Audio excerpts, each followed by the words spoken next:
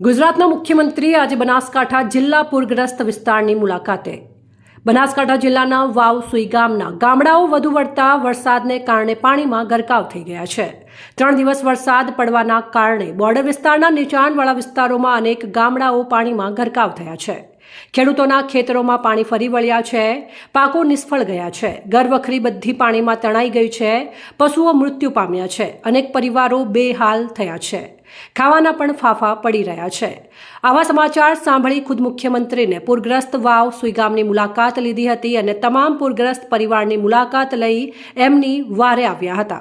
મુખ્યમંત્રી ભૂપેન્દ્ર પટેલના અધ્યક્ષસ્થાને સુઈગામ પ્રાંત કચેરી ખાતે અધિકારીઓ સાથે બેઠક પણ કરી હતી. પૂરગ્રસ્ત વિસ્તારની બચાવ કામગીરી વિશે સમીક્ષા પણ કરી હતી. મુખ્યમંત્રીએ પૂરગ્રસ્ત જલોયા ગામના અગ્રણીઓ સાથે પણ બેઠક કરી હતી. વાવના સ્થાયી ધારાસભ્ય સ્વરૂપજી ઠાકોરે પણ મુખ્યમંત્રી આગળ લોકોની સમસ્યા હલ કરવા રજૂઆત કરી હતી. મુખ્યમંત્રીએ ખાતરી આપી કે તમામ નાના મોટા પરિવારોની સાથે સરકાર છે. સર્વે અનુસાર યોગ્ય વળતર પણ આપીશું. મુખ્યમંત્રીએ સામૂહિક આરોગ્ય કેન્દ્ર સુઈગામની મુલાકાતે જઈ લોકોના ખબર અંતર પૂછ્યા હતા. લોકોને હિંમત રાખવા પણ કહ્યું હતું. મુખ્યમંત્રીએ તંત્રને પણ પૂરી મહેનત કરી લોકોને સાથ આપવા ધ્યાન દોર્યું હતું. સમગ્ર માહિતી અધ્યક્ષ શંકરભાઈ ચૌધરીએ મીડિયા સમક્ષ આપી હતી. મુખ્યમંત્રી ભૂપેન્દ્ર પટેલ સાથે કેબિનેટ મંત્રી બળવંતસિંહ રાજપૂત, અધ્યક્ષ શંકરભાઈ ચૌધરી, ધારાસભ્યો, ઉચ્ચ અધિકારીઓ, અગ્રણીઓ પણ જોડાયા હતા. અહેવાલ જગતાજી ઠાકોર, વાવ થરાદ.